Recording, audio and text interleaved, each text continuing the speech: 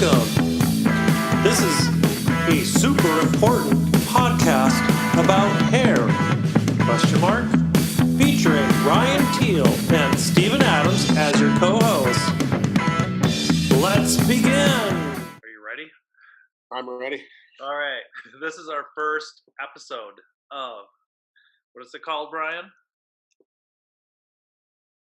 Oh shit! What is it called? It's It's a really important. I got it. it's a really I came up with the name too, which is ridiculous.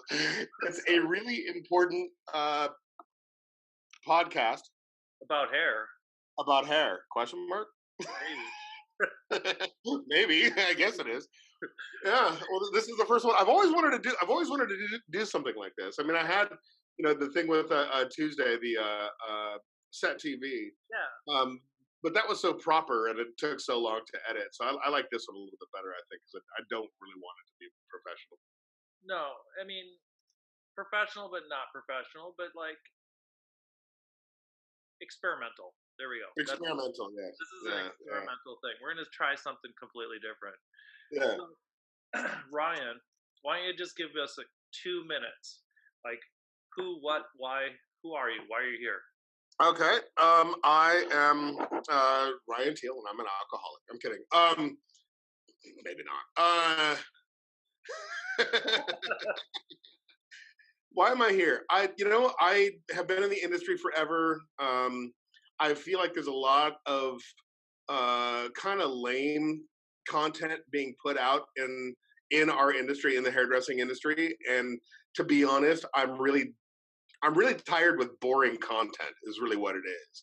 And I kind of think of myself as the Johnny Rotten of the hairdressing industry, that if I feel something is boring, I'm just going to tell you it's fucking boring. So that's really why I'm here. I mean, I don't even need to like talk about my history or that. My whole thing is that, we were chatting at the New York Hair Show, let's do a podcast. And, Derek wanted to get involved as well, which I totally think that would be rad as well. But in reality, me and you have had we've known each other for so freaking long, and it's almost like Laurel and Hardy, man. I mean, I have one sense of humor, you have a different sense of humor, and they work so well together. I was like, dude, I think that would work really well. So that's why I'm here. Awesome. Yeah. I think. How about you? Well, me, I'll go into my boring history for just about 2 seconds, which is I've been doing hair for about forever. Like 30 some years. I've owned a salon for 20 years. I've trained for 3, 4, 5 different manufacturers across the country. I started a nonprofit on continuing education. I do a bunch of crap, like in the industry, like a whole bunch of stuff. But I'm really quiet about it. And I think it should be shared a little bit about hair. But really, that's only part of like our lives. Doing hair and working and being obsessed with our work is only one part of it, because if we don't fulfill the other side of it with like art, music, and maybe a glass of wine or whiskey here and there, then we're kind of like losing it. So I want to be able to just offer a little opportunity of sharing like what makes me tick, because so many people look at me and they're like, oh my God, you're doing so much. You're always going to get burned out. You're working 80, 90 hours a week. What the fuck? And I'm like, no, I got perfect work balance. I love what I do. So share that shit. I think it's right. And like my new like guy crush Gary V says that if you're working 90 hours, how come you're not doing 100? Exactly. And I don't work enough at all, so I'm just trying to look for other things to do. You probably should work more. No, I probably should. Well, I did do. I taught 700 classes last year. That's a hell of a lot of classes. Yeah. I mean, I don't know if I'm going to pull that this year. I really don't. I want to cut back a lot, but I wanted to see if I could do that. And I remember like my mentors, who as well, the Chadwicks. I mean, I think that they trained in 1 year. I think the record is like 2,500 hairdressers. Wow, dude, I want to reach those kind of numbers. That's how you get vetted in our industry, Right. I mean, you got to be. The more you're in front of people, the better. The more it grows. So. Oh yeah. Wow, but 700 classes. I'm curious. I'm just curious because I was trying to wrap my head around this. When we were talking in New York, and I was like, 700 classes. I mean, that's on an average of two a day. Yep. And I was thinking about it. I'm like, if you were in 700 different salons, 700 different locations, what did you learn from that? What was like the one thing? Like, if you got one thing, only one, you got to choose one. What is that one thing that you really learned from that experience? Um, It's a tough one. it is. It is. You know, I I learned how to deliver a class. I've Yeah, been doing this my entire life. I've been. You know, we worked with Paul Mitchell together. exactly. Um, I know I have learned more about myself this year or this last year than ever. Um, I know that I could walk into any room with any hairdresser and I could make it click. You Okay. know, and most of my clientele right now, or most of the class that I teach, are in the Bible Belt. Like I was in Oklahoma yesterday, which is the Buckle, Okay. and I know that uh, I can teach to anybody, and I can click with a hairdresser. I don't click with non-hairdressers. I click with bartenders. I don't click with non-hairdressers. Right. You know, um, out of those 700 classes, I think I told you in New York that I um, cussed 4 times.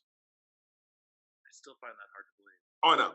I cuss, and you'll hear me cuss in this because I think that this is a time that we can cuss. If you don't like it, click. Um, Click. No. totally, yeah. Gotta But go. in reality, you know, I figured that in all those classes, I didn't want anybody to be offended by my cussing. You can be offended by anything else that I talk about, especially like my theories that I put out there, as in like my very Che Guevara or um, I would say my revolutionary theories that I put out all the time. Okay. Be offended by that, but I don't want you to be offended by cursing. So I removed that out of my classes. So I would say that what I learned out of last year was that I know for a fact that I right now am probably one of the greatest presenters on stage. That's awesome. Yeah. That's really cool. Yeah, I'm always like, I would think that the more you go through any class and the more that you actually like train other salons, other people, you have to take something away from it. I think that's the Yes. important part about being an educator. It's not Yeah. about how much, excuse my language, but how much shit you give people. It's what you can receive from it and like how you can Oh store yeah. the information. And I think for me, like that's my favorite part about teaching. Is just Me like too. And it's the relationships that I have started. right. I Well, mean, I have a huge family. right. I mean, I think yeah, it's like building that relationship. It's like any part of our hair of being a hairdresser. If you're a hairdresser behind the chair, you're building relationships. You got to Yes. build relationships with your clients. You got to build Hmm. relationships with the salon that you work with. You have to build relationships with your coworkers. And you got to build relationships with the neighborhoods that you work in. Because if you don't, you're missing the boat. Hmm. You got to build like really like build relationships. So even like teaching classes, it's about building those same kind of relationships. It is. It is. Yeah, it's interesting. And I get lonely when I'm not on the road. Yeah, it's part of the thing. I love being on the road because it kind of fulfills me. Yeah. It's your work, but it's like I love it because I get to meet people and I get to build new relationships. Yeah. So what did you learn last year? Because I know you've actually been doing a ton with Nick. So I have. Um, it's an interesting thing.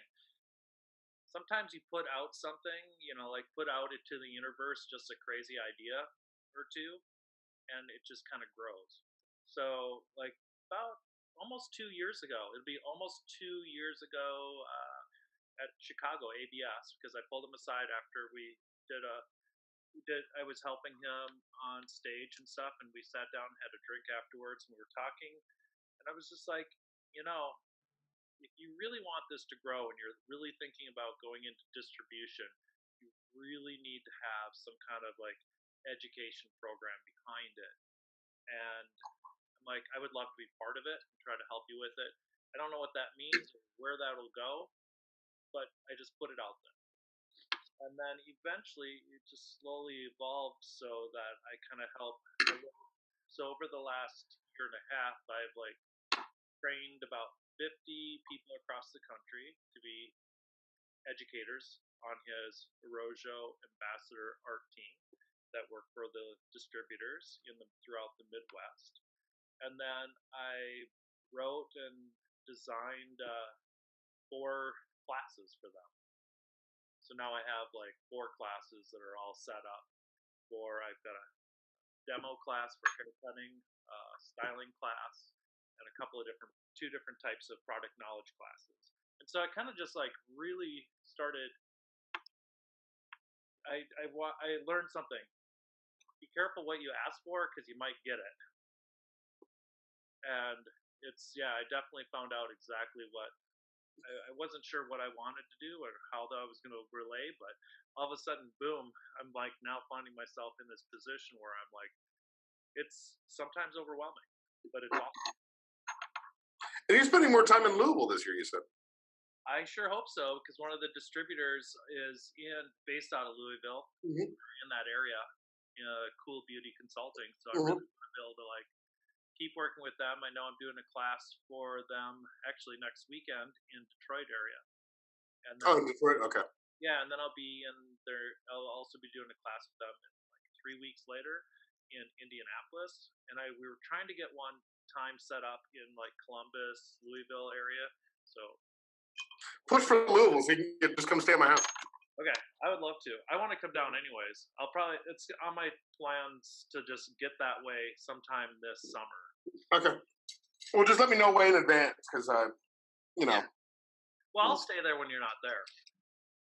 You can. You're more than welcome to. Just kidding. You got to get up to Minneapolis too. Oh, I want to real bad, but not when it's raining or snowy. Oh well, it's done. We still have about a foot of snow, but that's all right. It's okay. Oh no, that's not all right.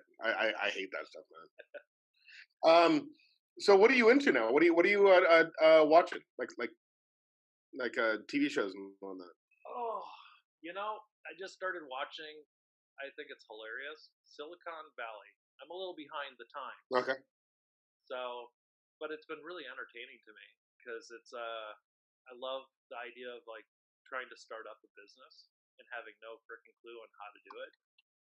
And have you watched Silicon Valley? I did, but it was so many years ago.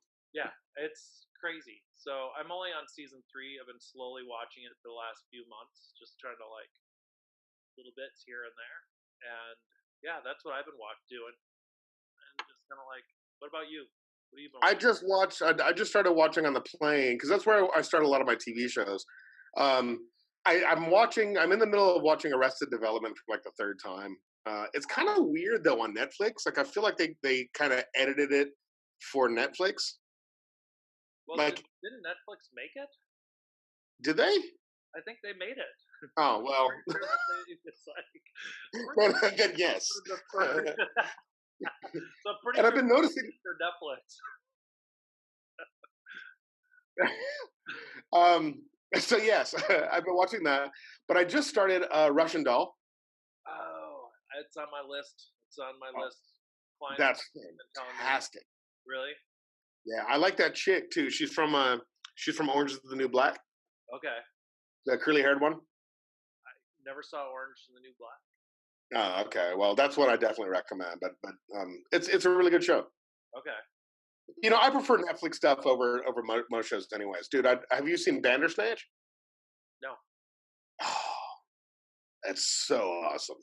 What is it? Like I would watch that Bandersnatch. It's the Black Mirror movie.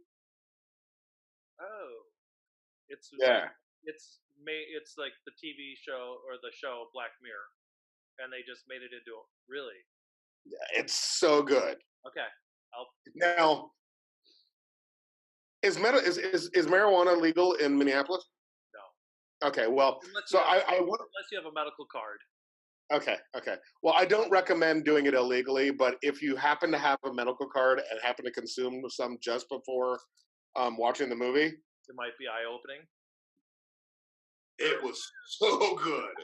It was so good, man. And I'm not a smoker at all. I'm a drinker, Yeah. and like it's a choose your own story. It's a choose your own, Oh, okay. and I freaked out because I watched like The Office afterwards, and I was like, "Holy crap! They're going to make me choose the ending of this the Office episode that I was watching." I was like, because I'm watching it on Netflix, and now they have taken over my TV, and they're actually controlling me. Oh, here's a question for you because I Yes. haven't seen this. How does it work? How do you do that? How does it like actually work where you get to choose your own ending? Um. Well, it'll like the movie will be playing, and then it pauses for a second, and Yeah. it says, "Push like left arrow key if you want to do this. Push right arrow key if you want to do that." Okay. Or yeah, I think it was left or right or up or down or something like that. You get a couple of choices and then Yes, and then it would send you into an infinite loop if you made some bad choices. oh no. Yeah, yeah, and I guess there's multiple endings though. Like there's multiple endings. There probably has to be. Remember those books? Yes, and that's what they took the movie from. Oh, okay. Is that what With they? those books. Yeah, because those books I used to read those to my kids when they were little all the time, and you'd make your choice and go to page 62 or whatever Yeah, it was, and it was yeah, I loved those. yeah, I love those. They were like D&D almost, exactly. and I was a big D&D fan. I was too back in the not the I don't know. I was bad when I was in high school, and the one thing that I did steal from a bookstore, I'll never get. I won't tell which one. Dungeon and Dragon books because I needed them. I had to have them, and I I had one of the original modules. did. You? Yeah, I remember when it came out. Yep. Yeah, it was like 81, 82, somewhere in Yeah, there. And I got yeah. all the books as soon as each book came out. I had to snag them. I think I still have my 20-cent die. I think I'll get one right now. We could roll some dice. That's awesome. That you have that. I wish I had mine. Oh, you got to keep your little like wizard pouch and carry it around. Go LARPing on the weekends. Totally. No, I don't. LARPing. I already do. Oh, you LARP. Not lurking. I'm an educator. Uh, Lurking. Speaking no. of lurking, so what's going on with Michael Jackson? He's dead. But so I don't watch the news at all. Like I don't watch the news at all. I don't either. So you're asking the wrong person. Okay, But I know because that all my employees were like really freaking out the other day, and we cannot have Michael Jackson playing in the salon. but see, like I've heard, I read on social media, and hopefully whoever watches this could maybe like just enlighten us. I read on social media somewhere that it said that it came out that he never did anything wrong, and then I heard this morning that like Starbucks will never play Michael Jackson again. Right. See, that's why I was like, I haven't watched, but I have not watched yet on HBO. I guess there is a documentary about it that's going Yeah. on, and people have watched it, have been very offended by it, so therefore they're banning everything that's Michael Jackson. You know, And I was like, but we already all knew this, so why do we wait? I mean, how many years ago did he pass away? Was it 6, 7? yeah, or And more. 6, 7, maybe more, and now suddenly we're anti him? You know, this whole offensive thing, Yeah. like everything is offensive. I saw a meme the other day, Not the one that we were talking Here we go. Let's go right into that. about. No, I'm not going to talk about behind a chair and hairbrain. Okay. So, But I will call them out. who are they? I think it's so weird that the same generation that grew up with Family Guy and that grew up with, uh, The Simpsons, Simpsons. are offended by everything. They're very, very sensitive. Totally. Very sensitive. And for some reason, I mean, they're very sensitive, even if you call them out on something that they actually did. Yeah. Like, oh my god, it's pretty insane. And I think it's pardon. Are they just God's special little snowflakes? Is that what it is? Is that like everybody told them, "Oh, you're special"? Well, I think that's part of it. I think part of it's that, and I think part of it is they didn't have to learn hard. They don't have a very thick skin because they were, it. The whole world is about anti-bullying right now. It's like, don't no bullying, no hazing, no be nice, be respectful, which is all good stuff. Don't get me wrong, but if you don't get pushed around a little bit and you don't get bullied a little bit and you don't get a little bit of like pressure, you don't learn who you really are. You don't Yeah. be comfortable in your skin. I think that bullying should be mandatory. I was bullied. I'm sure you were. Stop picking on me. I was always. I was bullied. I was bullied because I was the only punk rock kid in my high school. In like it was a truly like cowboy high school, and I was like the only punk rock kid, or one of the only like probably 4 punk rock kids. Right. And so like I mean I remember like having some guys like chase me down the hall and like cut my mohawk off. I mean you know So it made you mean. yeah. I mean I stabbed a dude with a pencil in the back of the kneecap once. Ugh. Ouch. Yeah. Yeah. But I think, and I think like having those confrontations, you got to have them a little bit because it's interesting. Because I find I'm going to switch this all the way back into the hair salon business. Mhm. Yeah, please do. We get this all the time. As a business owner, I get so many. I mean, I'll have a client who's unhappy. Client calls the salon, they're unhappy. The person that's working the front desk doesn't know how to diffuse it because they've never dealt with an unhappy person before. And then in our policy, what we want to be able to do is we want to make sure that because if Sally came in and got a color and and she's not happy about it, I mean, she's got to talk to the stylist. So we refer them to the stylist. We have the stylist call them. Then the stylist spend like the next 24 hours freaking out and not like, oh, what am I going to do? What am I going to do? What am I going to do? How am I going to talk to them? What are they going to say? Are they going to be mad? I'm like, call them. Maybe they're going to just say, I love my hair. Yeah. And so what happens is they're like so afraid to have any kind of conflict that it really like holds them back because they're full of fear. And really that just comes into the whole thing of what sometimes causes a lot of tension in the salon is they just don't have enough self-confidence in growth, and you need that self-confidence to really like push forward your career. If you don't have, you were saying in your live, it's not always about talent, it's about skill. And skill comes from having the self-confidence and building through so that you have the talent And having it beat into you. exactly. Not like Nice for it. you're doing okay, keep going.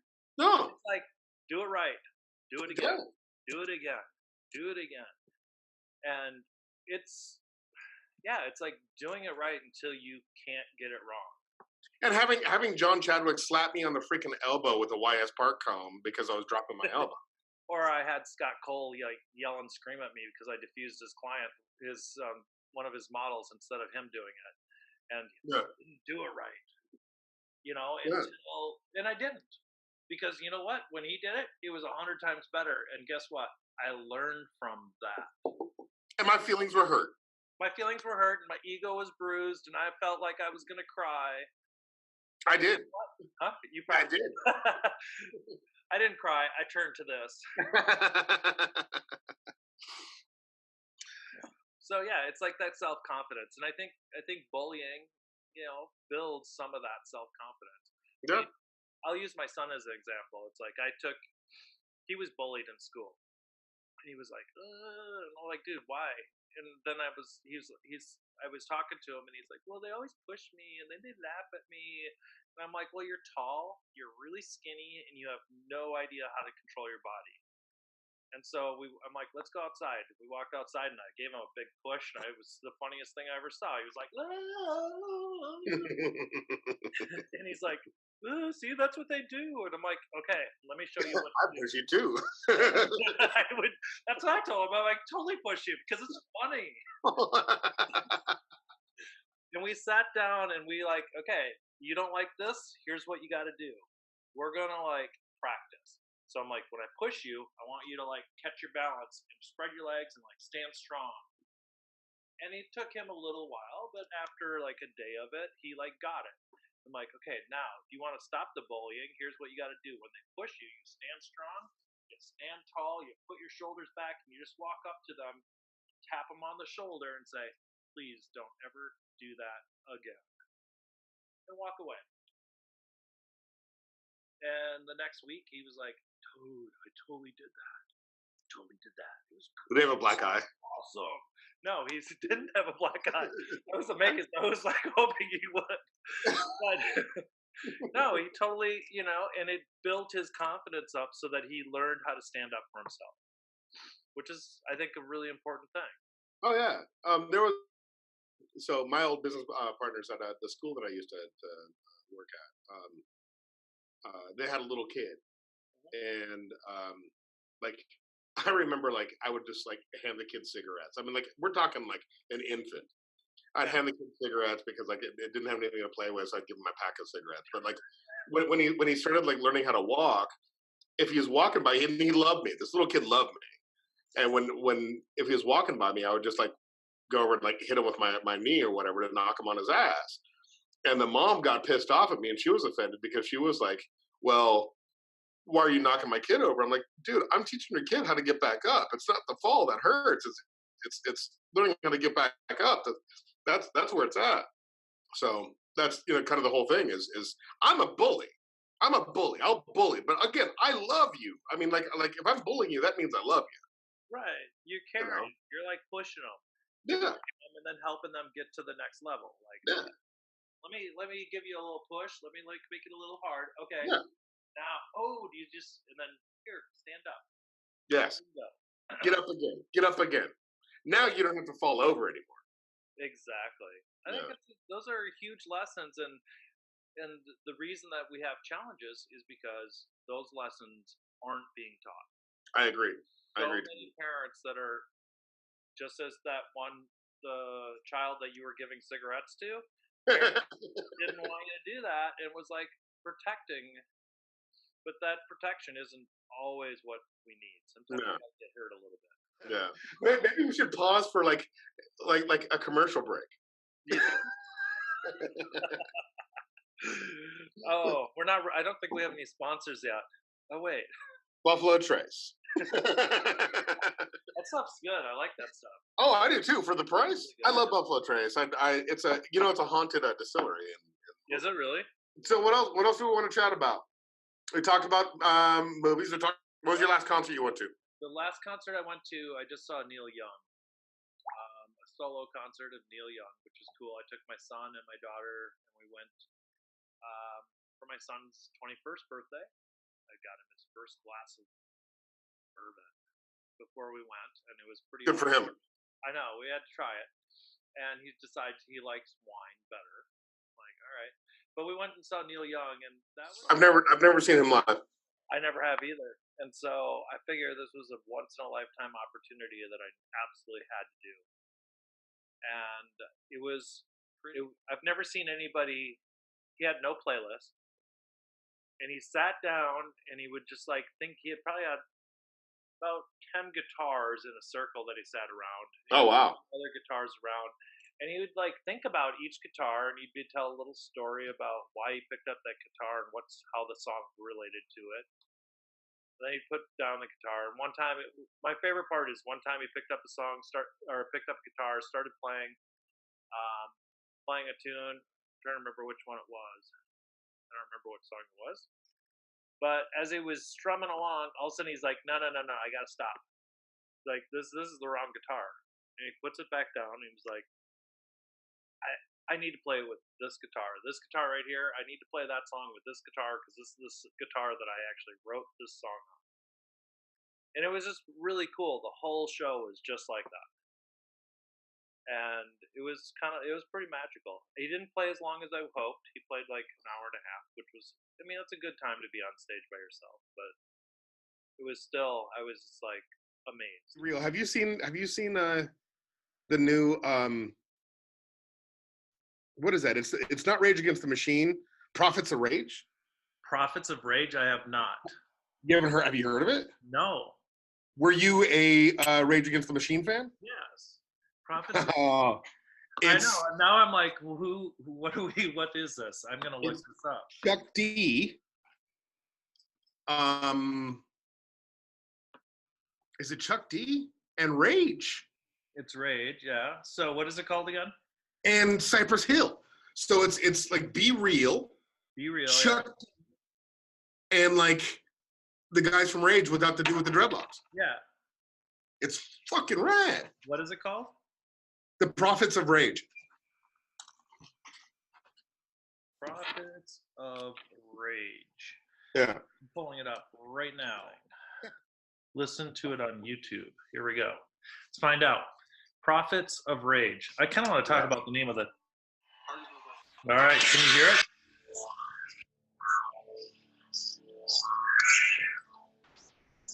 Were you a Rage fan? What was that? Were you a Rage fan? Yeah. I saw him a couple of times.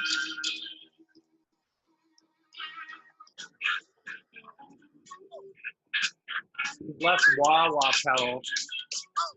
Yeah, yeah. That's good. I think Paul Marlowe's in the band. That's awesome.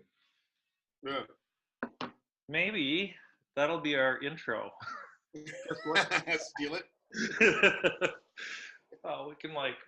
I would love to steal it. I would love to steal it and then get like a cease and desist letter. There we go. Because then I'd have a T-shirt made. I got a cease and desist letter from Prophets of Rage. Right. What's interesting, Prophets of Rage. Why did you think they called it that? Well, I think they had to do Rage, obviously, so people knew that it was Rage Against the Machine. Yeah. I mean, you still there? Yeah, I'm still here. Did I lose you? Nope. I think I'm still here. Okay. Are you still Perfect. I am still here. Internet connection is unstable. My internet connection is unstable because I'm in a hotel room. Uh-oh. Once next week, see Ryan and myself, and hopefully we'll have a couple of guests, or at least one guest, and we're going to do a super important podcast about hair. Thanks, guys.